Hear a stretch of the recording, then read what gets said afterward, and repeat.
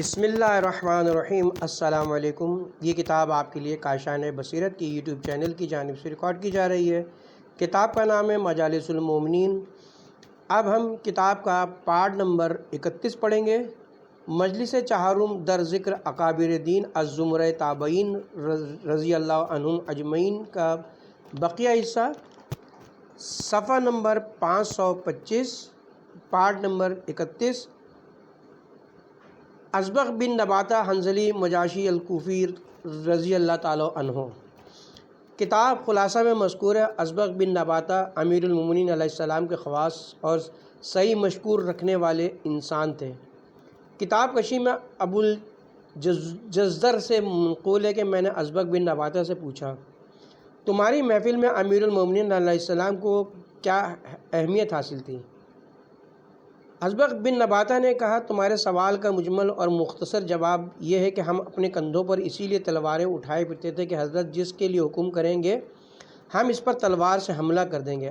ازبغ بن نباتہ سے پوچھا گیا، تو اور تیرے دوست شرط الخمیس میں شامل تھے، اس شرط الخمیس کی وجہ تسمیہ کیا تھی؟ ازبغ بن نباتہ نے کہا، اس گروہ کے نام کی وجہ یہ تھی کہ ہم نے امیر المومنین علیہ السلام سے شرط کر رکھی تھی اور ان سے معاہدہ کیا تھا کہ ہم ان کے فرمان کے مطابق جنگ کریں گے اور جنگ میں یا تو فتح حاصل کریں گے یا اپنی جان کا نذرانہ پیش کر دیں گے اور اس کے بدلے میں امیر المومنین ہماری جنت کے ضامن ہوں گے۔ چنانچہ اسی معاہدے اور شرط کی وجہ سے ہمارے گروہ کو شرط الخمیس کہا جاتا تھا۔ واضح رہے کہ خمیس لشکر کو کہتے ہیں اور لشکر کو خمیس کہنے کی وجہ یہ ہے کہ لفظ خمیس خمسطہ سے مشتق ہے اور عربی میں خمسطہ 5 کو کہتے ہیں، اور لشکر کو بھی خمیس اس لیے کہتے ہیں کہ لشکر 5 حصوں پر مشتمل ہوتا ہے، اور وہ یہ ہیں: نمبر 1 مقدمہ، نمبر 2 قلب، نمبر 3 میمنہ، نمبر 4 میسرہ، نمبر 5 ساقہ۔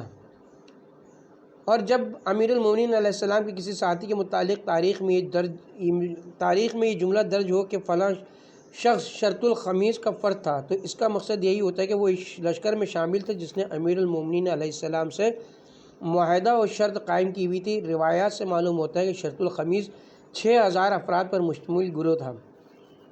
جنگ جمل میں امیر المومنین علیہ السلام نے عبداللہ بن یحییٰ حضرمی سے کہا تھا، فرزند یحییٰ تجھے مبارک ہو، تو اور تیرا باپ شرط الخمیس میں سے ہیں۔ پیغمبر اکرم صلی اللہ علیہ وسلم نے تیرا اور تیرے باپ کا نام لے کر مجھے تمہاری جنتی ہونے کی خبر دی تھی، اور اللہ تعالیٰ نے پیغمبر اکرم کی زبان مبارک سے تمہارا نام شرط الخمیس رکھا ہے۔ ذہبی ایک مشہور ناصبی سنی تھا، اس نے رجال پر ایک کتاب لکھی تھی جس کا نام میزان رکھا تھا، چنانچہ اس نے میزان میں لکھا، اہل سنت کے علماء رجال ازبغ کو شیعہ مانتے ہیں اور اسی لیے اس کی احادیث کو ترک کر دیتے ہیں۔ ابن حیان سے منقول ہے کہ ازبغ ایک ایسا شخص تھا جو علی بن ابی طالب کی محبت میں دیوانہ ہو چکا تھا اور اس سے چوٹی کی مصیبتیں صادر ہو جاتی تھیں، اسی لیے محدثین نے اس کی بیان کردہ روایات کو چھوڑ دیا۔ ہم سمجھتے ہیں کہ ابن حیان کا ازبغ کے متعلق یہ کہنا کہ اس سے چوٹی کی مصیبتیں صادر ہو جاتی تھیں، یہ اس کے خبیث باطن اور عداوت اہل بیت کا مظہر ہے۔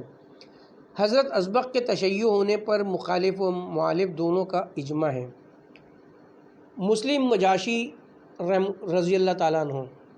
کتاب تحفۃ الاحبہ میں مرقوم ہے، مسلم ایک دلیر اور بہادر انسان تھے۔ جب امیر المومنین علیہ السلام ناقصین سے جنگ کرنے کے لیے بصرہ تشریف لے گئے اور دونوں فوجیں ایک دوسرے کے سامنے آئیں تو امیر المومنین علیہ السلام نے حجت تمام کرنے کے لیے قرآن مجید کا ایک نسخہ منگوایا اور قرآن ناطق نے قرآن صامت کو ہاتھوں میں لے کر فرمایا، تم میں سے کوئی ایسا ہے جو یہ قرآن لے جائے اور باغیوں کے سامنے کھڑا ہو کر انہیں اتباع قرآن کی دعوت دے۔ حضرت کا یہ فرمان سن کر مسلم مجاشی کھڑے ہو گئے اور قرآن مجید لینے کے لیے ہاتھ بڑھائے اور کہا، مولا میں یہ کام کروں گا۔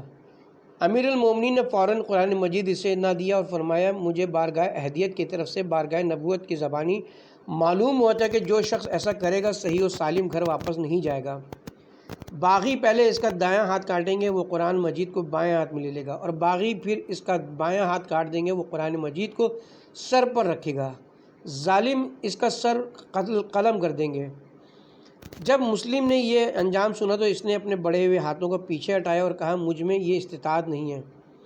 امیر المومنین علیہ السلام نے اپنے جملوں کو دوبارہ دہرایا تو وہی نوجوان پھر کھڑا ہو گیا اور کہا مولا میں قرآن مجید لے کر باغیوں کے پاس جاؤں گا۔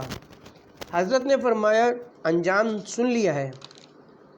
نوجوان نے پورے اعتماد اور قوت ایمانی سے کہا جی ہاں، اچھی طرح سے میں نے اپنا انجام سن لیا ہے، لیکن خدا کی راہ میں یہ کچھ بھی نہیں ہے۔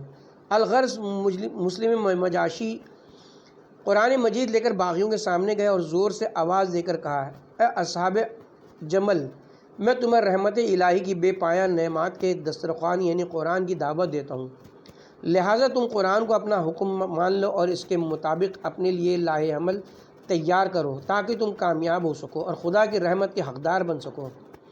طلحہ نے کھڑے ہو کر کہا تو جھوٹ کہتا ہے، یہ ابو طالب کے بیٹے کا ایک نیا فریب ہے۔ پھر اس نے اشارہ کیا، ایک ظالم نے آگے بڑھ کر اس کا دایاں ہاتھ قطع کیا، اس نے قرآن کو بائیں ہاتھ میں لیا تو اس کا بایاں ہاتھ قطع کر دیا گیا۔ جوان نے قرآن سر پر رکھا تو طلحہ کے حکم سے اس کی گردن کاٹ دی گئی اور مسلم شہید ہو کر زمین پر گرے۔ مسلم مجاشی کی بوڑھی ماں زندہ تھی۔ جب اس نے اپنے بیٹے کی مظلومانہ شہادت کی خبر سنی تو بہت روئی اور اس نے یہ شعر کہے پروردگار مسلم ان لوگوں کے پاس قرآن لے کر گیا اور انہیں دعوت دی، وہ اللہ کی کتاب کو بلا خوف و خطر پڑھ رہا تھا، مگر ظالموں نے اس کے خون سے اپنی داڑھیوں کو خضاب کیا، اور اس وقت ان کی ماں عائشہ انہیں دیکھ رہی تھی اور وہ بھی ظلم و بغاوت سے روکنے کی بجائے اس کا حکم دے رہی تھی۔ مسلم کی آستین میں قرآن موجود تھا اور اسے اس کے مولا نے بھیجا تھا۔ مسلم نے باغیوں کو ان کے پیدا کرنے والے خدا اور رسول خدا کی سنت کی دعوت دی، مگر ظالموں نے اس کے جسم کے ٹکڑے ٹکڑے کر دیے۔ جابر بن یزید جفعی الکوفی کتاب خلاصہ میں مرقوم ہے، امام جعفر صادق علیہ السلام ان کے لیے دعائے رحمت فرمایا کرتے تھے اور فرماتے تھے کہ وہ ہم سے جو روایت کرتا ہے وہ صحیح اور درست ہے۔ ابن غفائری کا قول ہے جابر بذات خود سقہ ہے، لیکن اس سے روایت کرنے والے اکثر افراد ضعیف ہیں۔ شیخ ابو عمرو کشی نے جابر سے روایت کی، میں اپنی جوانی کے دنوں میں علم حاصل کرنے کی غرض سے امام محمد باقر علیہ السلام کی خدمت میں حاضر ہوا۔ جب میں آپ کی خدمت میں پہنچا تو آپ نے مجھ سے فرمایا تو کون ہے؟ میں نے عرض کی میں کوفے کا رہنے والا ایک فرد ہوں۔ پھر آپ نے پوچھا کس قبیلے سے تمہارا تعلق ہے؟ میں نے کہا میں جفعی ہوں۔ آپ نے فرمایا یہاں کیا کرنے آئے ہو؟ میں نے کہا میں علم حاصل کرنے کے لیے آیا ہوں۔ آپ نے پھر فرمایا کس سے علم حاصل کرنا چاہتے ہو؟ میں نے کہا میں آپ سے علم حاصل کرنا چاہتا ہوں۔ آپ نے فرمایا اگر تو مجھ سے علم حاصل کرنے آیا ہے تو پہلی بات یہ ہے کہ تجھ سے یہاں جو کوئی بھی تیرے موطن کے متعلق سوال کرے تو اس سے کہنا کہ میں مدنی ہوں۔ میں نے عرض کیا مولا کیا میرا یہ جواب جھوٹ تو مقصور نہ ہوگا؟ حضرت نے فرمایا انسان جب تک کسی شہر میں رہے تو وہ اس شہر کا اہل ہی ہوتا ہے، اور جب اس شہر کو چھوڑ دے تو پھر اس کا اہل نہیں رہتا، لہٰذا اس میں کوئی جھوٹ نہیں ہے۔ پھر امام محمد باقر علیہ السلام نے مجھے ایک کتاب عطا فرمائی اور ارشاد فرمایا اس کتاب کو پڑھ اور جب تک بنو امیہ کی حکومت قائم ہے اس میں سے کوئی روایت بیان نہ کرنا، ورنہ تجھ پر میری اور میرے آبا کی لعنت ہوگی۔ جب میں نے اس کتاب کو اچھی طرح سے پڑھ لیا تو امام علیہ السلام نے مجھے دوسری کتاب عطا فرمائی اور ارشاد فرمایا اس کتاب کو پڑھ لیکن اس کی کسی کے سامنے روایت نہ کر، اگر تو نے روایت کی تو تجھ پر میری اور میرے آبا کی لعنت ہوگی۔ روایت میں وارد ہے جب فرعون بنی امیہ ولید قتل ہو گیا تو جابر نے موقع کو مناسب سمجھا اور سرخ ریشم کا عمامہ سر پر رکھا اور مسجد میں آ کر بیٹھ گئے۔ لوگ ان کے گرد جمع ہو گئے تو انہوں نے امام محمد باقر علیہ السلام کی روایات بیان کرنی شروع کر دیں، اور جیسے ہی وہ کوئی روایت بیان کرتے تو کہتے یہ حدیث مجھ سے اوصیہ کے وسیع اور علم انبیاء کے وارث محمد بن علی علیہ السلام نے بیان کی۔ لوگوں نے جابر کی اس جرت کو دیکھا تو ایک دوسرے سے کہنے لگے جابر دیوانہ ہو گیا ہے جو اس طاغوتی دور میں ایسی احادیث بیان کر رہا ہے۔ جابر کہتا ہے میں نے امام محمد باقر علیہ السلام سے ایسی 70,000 احادیث سنی ہیں جو میں نے کسی کے آگے بیان نہیں کی اور نہ ہی آئندہ بیان کروں گا۔ ایک مرتبہ جابر نے امام محمد باقر علیہ السلام سے عرض کی مولا آپ نے مجھ پر بہت بڑا بوجھ لاد دیا ہے اور آپ نے مجھ سے وہ اسرار و حقائق بیان کیے ہیں جن سے میرا سینہ پھٹنے لگا ہے۔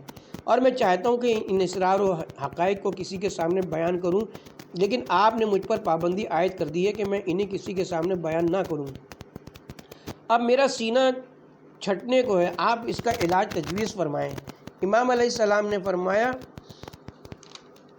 جب تمہارے سینے میں تلاطم پیدا ہو تو صحرا میں چلے جایا کرو اور کسی کنویں کی منڈیر پر جا کر بیٹھ جاؤ، اور جب تمہیں پانی میں اپنی تصویر نظر آئے تو وہ اسرار و حقائق اپنے آپ کو سنا کر تسکین حاصل کیا کرو۔ چنانچہ جابر ایسے ہی کیا کرتے تھے، کنویں پر بیٹھ کر اپنی تصویر سے مخاطب ہو کر کہتے تھے۔ امام محمد باقر علیہ السلام نے مجھ سے یہ چیزیں بیان فرمائیں۔ منقول ہے کہ جب حشام بن عبد الملک برسر اقتدار آیا تو حضرت جابر کو اس سے خطرہ محسوس ہوا، چنانچہ اس خطرے سے بچنے کے لیے انہوں نے اپنے اوپر دیوانگی طاری کر لی، کپڑے پھاڑ دیے اور ایک لکڑی پر بچوں کی طرح سے سوار ہو گئے اور کوفے کے گلی کوچوں میں دوڑنے لگے۔ انہی ایام میں حشام نے کوفے کے حاکم کو خط لکھا کہ جابر جفعی ہمارا مخالف ہے، اسے گرفتار کر کے شام بھیج دو۔ حاکم کوفہ نے انہیں گرفتار کرنا چاہا تو اہل کوفہ نے بتایا وہ تو ایک عرصے سے پاگل ہو چکا ہے، آپ بھلا ایک پاگل کو گرفتار کر کے شام کیوں بھیجنا چاہتے ہیں؟ جب حاکم کوفہ کو ان کے جنون کا یقین ہو گیا تو اس نے حشام کو لکھا کہ جابر دیوانہ ہو چکا ہے، اسے گرفتار کرنے کا کوئی فائدہ نہیں ہے۔ جب چند روز اس واقعے کو گزر گئے تو جابر نے اپنی دیوانگی کو خیر بات کہا اور پھر سے فرزانہ بن گئے۔ شیخ نجاشی نے لکھا ہے، جابر نے امام محمد باقر علیہ السلام اور امام جعفر صادق علیہ السلام دونوں سے قصب فیض کیا تھا اور 128 ہجری میں انہوں نے وفات پائی۔ ذہبی نے میزان میں لکھا، جابر بن یزید جعفری علماء شیعہ میں سے تھے۔ ابن مہدی نے اس کے متعلق کہا، جابر جعفری پرہیزگار انسان تھے اور روایت حدیث میں ان سے زیادہ محتاج شخص میں نے اور کہیں نہیں دیکھا۔ شیبی نے انہیں صدوق کہا ہے، یحییٰ بن ابی بکر نے انہیں اوس الناس یعنی تمام لوگوں سے زیادہ باوثوق کہا ہے۔ وکی نے انہیں ثقہ کہا ہے۔ عبد الحکیم نے شافعی سے روایت کی ہے کہ سفیان ثوری نے شعبی سے کہا، اگر تو نے جابر کے متعلق کوئی اعتراض کیا تو میں تجھ پر اعتراض کروں گا۔ علاوہ ازیں ذہبی نے دیگر اصحاب حدیث کی جرح بھی نقل کی اور ہم سمجھتے ہیں کہ مذکورہ علماء رجال کی جرح کی وجہ صرف یہی ہے کہ وہ جابر شیعہ تھے اور امام محمد باقر علیہ السلام کے شاگرد خاص تھے۔ میثم تمار کوفی، آپ امیر المومنین علیہ السلام کے اصحاب خاص میں سے تھے۔ علامہ ہلی نے انہیں مسلک کے مقبولین میں شمار کیا ہے۔ شیخ ابو عمرو کشی رقم طراز ہے۔ میثم ایک ایسے خاندان سے تعلق رکھتے تھے جن کے افراد بہت زیادہ تھے اور ان کے محلے کو بیت التمارین کہا جاتا تھا اور پورا محلہ شیعہ امیر المومنین پر مشتمل تھا۔ ایک مرتبہ حضرت امیر المومنین علیہ السلام نے میثم سے فرمایا تھا، اس وقت تیری کیا حالت ہوگی جب ابن زیاد تجھ سے میری بیزاری کا مطالبہ کرے گا؟ میثم تمار نے کہا، میں آپ سے ہرگز بیزاری کا اعلان نہیں کروں گا۔ امیر المومنین علیہ السلام نے فرمایا، اگر تم نے مجھ سے تبرہ نہ کیا تو وہ تجھے صلیب پر چڑھا دے گا۔ میں صلیب پر چڑھنا قبول کر لوں گا لیکن آپ سے بیزاری کا اعلان نہیں کروں گا اور آپ کی محبت کے لیے یہ قیمت انتہائی کم ہے۔ امیر المومنین علیہ السلام نے فرمایا، اگر تم ایسا کرو گے تو تم میرے ساتھ میرے درجے میں ہوگے۔ حضرت میثم تمار نے یہ خبر اپنے سارے خاندان کو سنائی کہ ابن زیاد مجھے عمرو بن حریث کے دروازے کے سامنے درخت خرما پر صلیب دے گا اور چوتھے دن میری ناک سے خون جاری ہوگا، اس کے بعد میری موت واقع ہوگی۔ حضرت میثم کا جب بھی عمرو بن حریث کے گھر کے سامنے سے گزر ہوتا تو آپ درخت خرما کے پاس جاتے اور اس پر ہاتھ پھیر کر فرماتے تھے، تو میرے لیے پیدا ہوا ہے اور میں تیرے لیے پیدا ہوا ہوں۔ اور آپ عمرو بن حریث سے فرمایا کرتے تھے، عمرو میں تیرا ہمسایہ بنوں گا اور تم مجھ سے اچھے ہمسایوں جیسا سلوک کرنا۔ عمرو بن حریث کا بیان ہے کہ میرا خیال تھا کہ میثم میرے قریب مکان خرید کرنا چاہتا ہے اور ان سے کہتا تھا، آپ جلدی آ جائیں، ہم ایک دوسرے کے اچھے ہمسائے بنیں گے۔ ابن زیاد کوفے کا حاکم بنا تو اس نے حضرت میثم کو اپنے دربار میں بلایا اور جب وہ آئے تو ابن زیاد نے ان سے کہا، میثم تو ہی ہے؟ انہوں نے کہا، جی ہاں میں ہی میثم ہوں۔ ابن زیاد نے کہا، ابو تراب پر تبرہ کرو۔ میثم نے کہا، میں کسی ابو تراب کو نہیں جانتا۔ ابن زیاد نے کہا، اگر تو ابو تراب کو نہیں جانتا تو علی بن ابی طالب پر تبرہ کرو۔ میثم نے کہا، میں اپنے آقا و مولا پر ہرگز تبرہ نہیں کروں گا۔ ابن زیاد نے کہا اگر تو نے ایسا نہ کیا تو میں تجھے قتل کر دوں گا۔ میثم نے کہا مجھے میرے مولا نے اس کی خبر پہلے ہی دی تھی اور انہوں نے فرمایا تھا کہ تو مجھے عمرو بن حریث کے دروازے کے سامنے سلیب پر چڑھائے گا اور چوتھے دن میری ناک سے خون جاری ہوگا، جس کے بعد میں شہید ہو جاؤں گا۔ ابن زیاد نے کہا بہتر ہے اسے وہیں سلیب پر چڑھایا جائے۔ میثم کو سلیب پر چڑھایا گیا تو لوگ دیکھنے کے لیے جمع ہوئے۔ انہوں نے لوگوں سے کہا لوگوں ایک بے بس اور لاچار شخص کا تماشا دیکھ کر کیا کرو گے؟ اپنے گھروں سے قلم و دعوات لے آؤ، میں تمہیں احادیث رسول سنانا چاہتا ہوں۔ لوگ اوراق لے کر آ گئے۔ میثم تمار نے سلیب پر کھڑے ہو کر فضائل امیر المومنین علیہ السلام پڑھنے شروع کر دی اور مسلسل 3 دن تک رسول خدا کی احادیث لوگوں کو سناتے رہے۔ حکومت کے جاسوسوں نے ابن زیاد کو اطلاع دی کہ میثم دن رات فضائل علی لوگوں کو سنا رہے ہیں، اگر ان کو نہ روکا گیا تو کوفے میں انقلاب آ جائے گا۔ ابن زیاد اللعین نے حکم دیا کہ ان کے منہ میں لگام چڑھا دی جائے تاکہ وہ مزید خطاب نہ کر سکیں۔ چنانچہ انہیں لگام چڑھا دی گئی اور چوتھے دن ان کی ناک سے خون جاری ہوا اور انہوں نے جام شہادت نوش فرمایا۔ ابو خالد تمار سے روایت ہے، جمعے کا دن تھا، ہم دریائے فرات میں کشتی کا سفر کر رہے تھے اور میثم تمار بھی ہمارے ہمراہ تھے۔ اچانک سخت آندھی چلی، جب کشتی کنارے پر لگ گئی تو میثم نے میرے بڑے غور سے اس آندھی کی خصوصیات کا مشاہدہ کیا اور فرمایا معاویہ مر گیا ہے۔ ہم نے یہ خبر سن کر تعجب کیا اور میثم نے کہا تم آج کا دن اور آج کی تاریخ یاد رکھ لو اور عنقریب میری صداقت تم پر ظاہر ہو جائے گی۔ چند دن گزرے کہ شام سے قاصد آیا اور اس نے معاویہ کے مرنے کی اطلاع دی۔ ہم نے اس سے معاویہ کے مرنے کی تاریخ اور دن پوچھا تو اس نے وہی تاریخ اور دن بتایا جو کہ میثم ہمیں پہلے ہی بتا چکے تھے۔ حضرت حبیب بن مظاہر اسدی رضی اللہ تعالیٰ عنہ، ابن داؤد نے انہیں اکابر تابعین میں سے شمار کیا ہے۔ کاشفی نے روضۃ الشہداء میں لکھا ہے حبیب بن مظاہر اسدی صاحب جمال و کمال تھے اور واقع کربلا کے وقت وہ بوڑھے تھے۔ آپ قرآن مجید کے حافظ تھے اور ہر رات قرآن مجید ختم کرتے تھے۔ حضرت حبیب کو رسالت مآب صلی اللہ علیہ وسلم کی زیارت کا شرف حاصل تھا اور انہوں نے حضرت صلی اللہ علیہ وسلم سے احادیث سنی تھی اور آپ حضرت امیر المومنین کی خدمت میں ایک عرصے تک معزز و مکرم رہے تھے۔ ابو عمرہ کشیر رقم طراز ہیں۔ حضرت حبیب ان خوش نصیب افراد میں سے تھے جنہوں نے امام حسین علیہ السلام کی مدد کی تھی اور انہوں نے محبت آل محمد میں اپنی جان کا نذرانہ پیش کیا، جبکہ دشمنان آل محمد انہیں جاگیریں دینے پر بھی آمادہ تھے، لیکن انہوں نے موت کو زندگی پر ترجیح دی اور فرمایا اگر حسین مارے گئے تو ہم قیامت کے دن رسول خدا کے سامنے کیا عذر پیش کریں گے۔ شب عاشور کا ذکر ہے کہ حضرت حبیب نے ایک ساتھی سے مذاق کیا اور ہنسنے لگے۔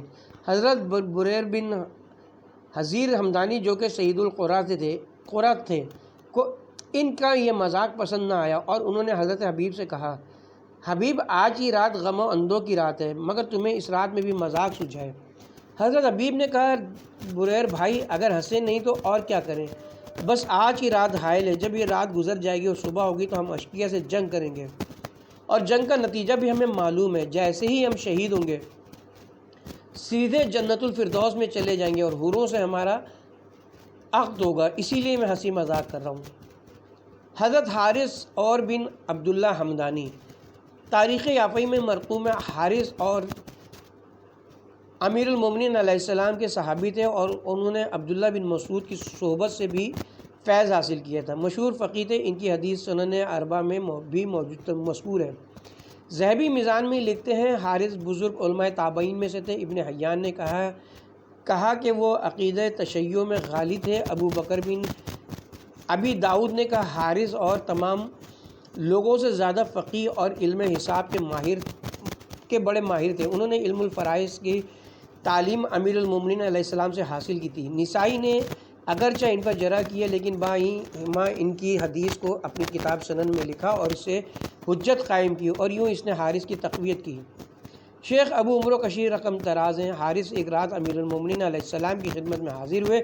امیر المومنین علیہ السلام نے ان سے دریافت فرمایا اس وقت آنے کا مقصد کیا ہے؟ حارث نے عرض کی مجھے آپ کی محبت یہاں لے آئی ہے۔ امیر المومنین علیہ السلام نے فرمایا حارث تجھے معلوم ہونا چاہیے میرا محب اس وقت تک نہیں مرے گا جب تک مجھے نہ دیکھ لے، اور میرے دیدار کی وجہ سے میرا محب رحمت الہی کا امیدوار بن جاتا ہے، اور میرا دشمن بھی اس وقت تک نہیں مرے گا جب تک وہ مجھے دیکھ نہ لے، اور میرے دیکھنے کی وجہ سے وہ عرق خجالت میں غرق ہو جاتا ہے اور اللہ کی رحمت سے نا امید ہو جاتا ہے۔ حضرت امیر المومنین نے اسی مفہوم کو اپنے دیوان کے ان اشعار میں یوں بیان کیا ہے: اے حارث ہمدانی، جو بھی مرتا ہے وہ مجھے مرنے سے پہلے دیکھتا ہے، خواہ مرنے والا مومن ہو یا منافق، اس کی نگاہ مجھے پہچانتی ہے اور میں اس کے نام اور کنیت اور اس کے عمل سمیت اسے پہچانتا ہوں۔ صراط پر تو میرے ہاں پیش ہوگا، وہاں پھسلنا اور ڈگمگانے کا کوئی خطرہ، صراط پر تو میرے ہاں پیش ہوگا، تو وہاں پھسلنے اور ڈگمانے کا کوئی خطرہ محسوس نہ کرنا، اور جب تجھے دوزخ کے سامنے پیش کیا جائے تو میں آگ سے کہوں گا اسے چھوڑ دے اور اس شخص کے قریب مت آ، اسے چھوڑ دے اور اس کے قریب مت ہو، کیونکہ اس کی رسی وسیع پیغمبر کی رسی سے متصل ہے۔ میں تجھے پیاس کے عالم میں ایسا ٹھنڈا اور میٹھا شربت پلاؤں گا جس کی مٹھاس کی وجہ سے تو اسے شہد سمجھے گا۔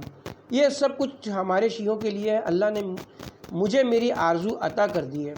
صاحب کشف الغمہ نے اپنی اسناد سے امام محمد باقر علیہ السلام و امام جعفر صادق علیہ السلام سے روایت کی، انہوں نے فرمایا: کسی بھی روح کے لیے جسم سے نکلنا حرام ہے جب تک وہ 5 شخصیات محمد و علی و فاطمہ و حسن و حسین کو نہ دیکھ لے۔ ان کے دیکھنے سے کسی کی آنکھیں ٹھنڈی ہوں گی اور کسی کی آنکھوں میں خون اتر آئے گا۔ حبہ بن جوین عرفی کوفی، کتاب خلاصہ کی قسم اول کے باب میں انہیں اصحاب امیر المومنین میں سے شمار کیا گیا ہے۔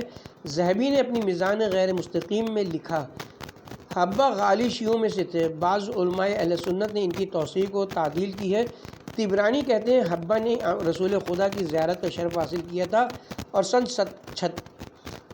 76 ہجری میں انہوں نے وفات پائی۔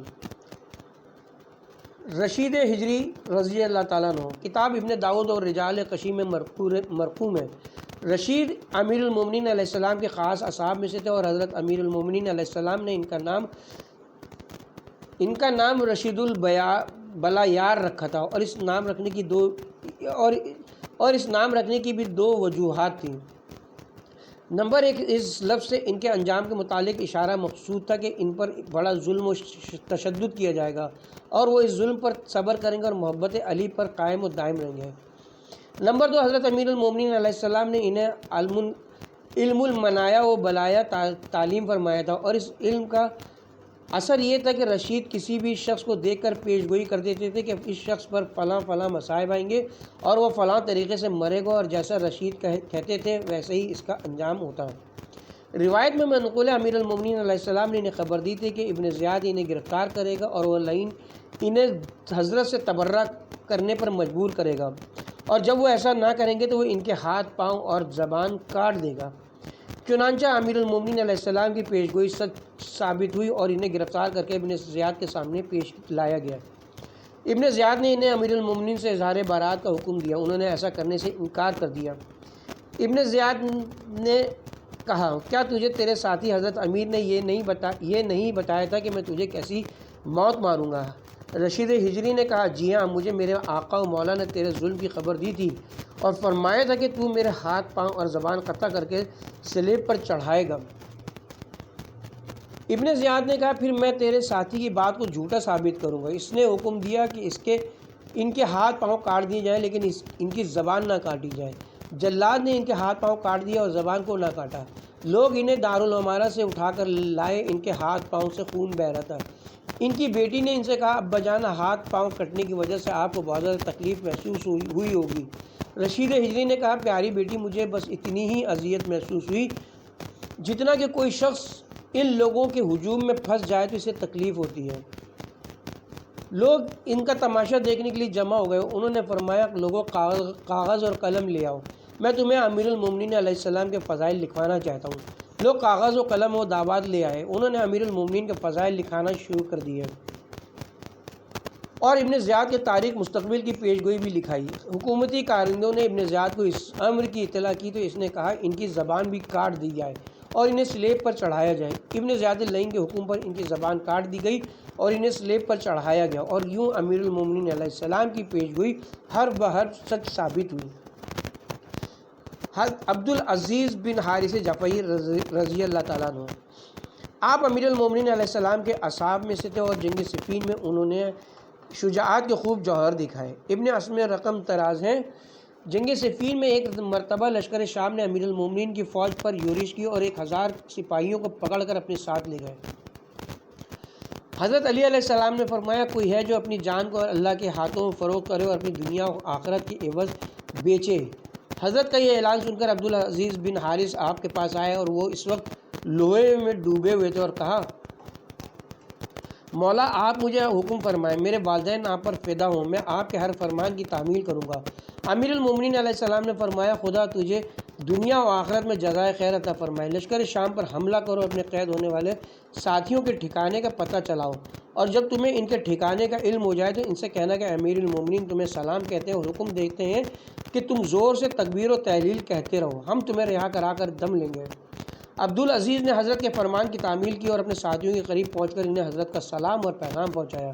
پھر امیر المومنین کے پاس آئے اور ان کے مقام کی نشاندہی کی۔ امیر المومنین نے لشکر شام پر ایک زوردار حملہ کیا اور اپنے فوجیوں کے پاس پہنچ گئے، اور وہ اس وقت زور سے تکبیر و تحلیل کہہ رہے تھے۔ حضرت نے انہیں بزور شمشیر رہائی دلائی۔ نعیم بن دجاجہ اسدی، کتاب کشی میں مرقوم ہے، امیر المومنین علیہ السلام کو اطلاع ملی کہ بشر بن عطارد تمیمی نے ان کے متعلق غیر مناسب جملے کہے۔ آپ نے ایک غلام کو اس کی تلاش کے لیے روانہ کیا، اور آپ کا غلام جب بنی قبیلہ بنی اسد میں پہنچا اور نعیم کو صورتحال کا علم ہوا تو وہ برداشت نہ کر سکے اور بشر بن عطارد تمیمی کے پاس گئے اور اسے خوب لعنت ملامت کی اور اسے زخمی کر دیا۔ امیر المومنین علیہ السلام نے نعیم بن دجاجہ کو بلایا اور حکم صادر فرمایا کہ اس پر تعزیر نافذ کی جائے۔ نعیم نے کہا، خدا کی قسم آپ کے پاس ٹھہرنا ذلت و رسوائی ہے، جبکہ آپ کو چھوڑنا کفر ہے۔ جب امیر المومنین علیہ السلام نے نعیم کے الفاظ سنے تو فرمایا، تو نے یہ کہہ کر کہ آپ کے پاس ٹھہرنا ذلت و رسوائی ہے جرم کیا ہے، لیکن میں نے تیرے اس گناہ کو معاف کر دیا، کیونکہ اللہ تعالیٰ کا فرمان ہے، ہر برائی کو اچھائی سے دور کرو، اور یقیناً تیرا پہلا جملہ گناہ ہے اور دوسرا جملہ اچھا ہے، اور اس جملے سے تو نے پہلی برائی کو دور کر دیا ہے۔ سفیان بن ابی لیلہ ہمدانی، کتاب کشی میں مرقوم ہے، جب امام حسن علیہ السلام نے معاویہ سے صلح کی اور ایک دن اپنے در دولت پر کھڑے تھے، سفیان بن ابی لیلہ اونٹ پر سوار ہو کر وہاں سے گزر رہا تھا۔ اسے امام حسن علیہ السلام کے صلح کرنے کا شدید صدمہ تھا، اسی لیے اونٹ سے نہ اترا اور حضرت کو سلام کرتے ہوئے کہا، مومنین کو ذلیل کرنے والے تجھ پر سلام ہو۔ امام حسن علیہ السلام نے فرمایا، اونٹ سے اترا، میں تجھے حقیقت حال سے باخبر کروں۔ سفیان نے اونٹ بیٹھا دیا اور امام علیہ السلام کی خدمت میں آیا۔ امام نے فرمایا، تو نے مجھے کیسے سلام کیا تھا؟ اس نے کہا، میں نے آپ کو مومنین کو رسوا کنندہ کہہ کر سلام کیا ہے۔ امام علیہ السلام نے فرمایا، یہ تجھے کیسے پتہ چلا کہ میں نے مومنین کو رسوا کیا ہے؟ سفیان نے کہا، آپ نے حکومت و اقتدار معاویہ کے حوالے کر کے مومنین کو ذلیل و خوار کیا ہے۔ امام حسن علیہ السلام نے فرمایا، میں نے معاویہ سے صلح اس لیے کی کہ کیونکہ میں نے اپنے نانا علیہ السلام سے سنا تھا، انہوں نے فرمایا، شب و روز کا سلسلہ تمام نہ ہوگا یہاں تک کہ ایک کشادہ حلق والا چوڑے سینے والا شخص حکومت کرے گا جو کھاتے ہوئے سیر نہیں ہوگا، اور وہ معاویہ ہے، اور میں نے صلح کر کے اپنے نانا جان کی اس حدیث پر عمل کیا ہے۔ جب سفیان نے یہ سنا تو امام علیہ السلام سے معافی مانگی اور کہا، مذکورہ الفاظ میں نے اپنی محبت کی وجہ سے کہے تھے، لہٰذا مجھے معاف کر دیں۔ امام حسن مجتبیٰ علیہ السلام نے فرمایا، جو بھی شخص ہم سے محبت کرے گا اگرچہ وہ کفار دلیم میں بھی کیوں نہ ہو، ہماری محبت اسے فائدہ پہنچائے گی، اور ہماری محبت انسانوں کے گناہوں کو ایسے اڑاتی ہے جیسا کہ موسم خزاں میں تیز آندھی درختوں کے پتوں کو اڑاتی ہے۔ محقن بن ابی محقن زبی، شیخ محمد بن ابی جمور رحمۃ اللہ علیہ کی ایک کتاب میں مرقوم ہے، محقن بن ابی محقن زبی امیر المومنین علیہ السلام کے ساتھیوں میں سے تھا۔ وہ شام گیا اور دربار معاویہ میں پہنچا۔ معاویہ اسے دیکھ کر خوش ہوا اور اس سے پوچھا کہاں سے آ رہے ہو؟ اس نے کہا میں بخیل ترین اور بزدل ترین اور انتہائی لائق ملامت اور عاجز ترین شخص کی طرف سے آیا ہوں، نعوذ باللہ من ذالک۔ معاویہ نے اہل دربار سے کہا تو تم نے اپنے عراقی بھائی کی بات سن لی ہے۔ اہل دربار نے خوش ہو کر اسے انعام و اکرام سے مالا مال کیا اور اسے بہت سے تحفے تحائف دیے۔ اس نے کہا میں نے دربار میں کہا تھا میں بخیل ترین اور بزدل ترین اور انتہائی لائق ملامت اور عاجز ترین شخص کی طرف سے تیرے پاس آیا ہوں۔ معاویہ نے کہا خدا کی قسم تو نے جھوٹ کہا، ابو طالب کا بیٹا ہرگز بخیل نہیں ہے۔ اگر اس کے پاس ایک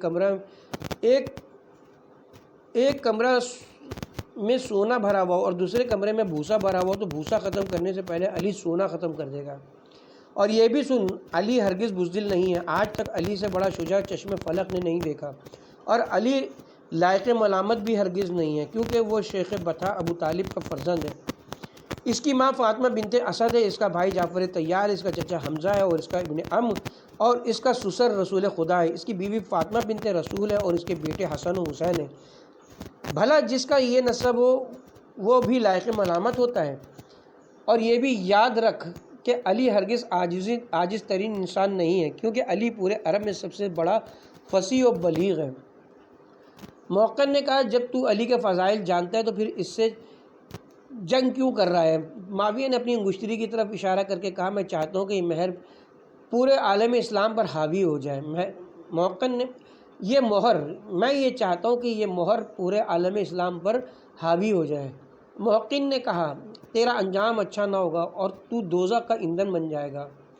معاویہ نے کہا کیا تو نے اللہ کا یہ فرمان نہیں پڑھا اللہ کی رحمت نیکوکاروں کے قریب ہے؟ ہم سمجھتے کہ معاویہ نے اس آیت سے غلط استدلال کیا ہے کیونکہ اس آیت مجیدہ میں اللہ تعالیٰ نے فرمایا کہ میری رحمت نیکوکاروں کے قریب ہے، اور خلیفہ راشد کے خلاف علم بغاوت بلند کرنے والا اور نفس رسول کو سب و شتم کرنے والا اور عمار یاسر، خزیمہ بن ثابت، ذو الشہادتین اور اویس قرنی اور حجر بن عدی اور اس کے دوستوں کو قتل کرنے والا شخص ہرگز نیکوکاروں کے زمرے میں شامل نہیں ہو سکتا، جبکہ رسول خدا کا واضح فرمان بھی موجود ہے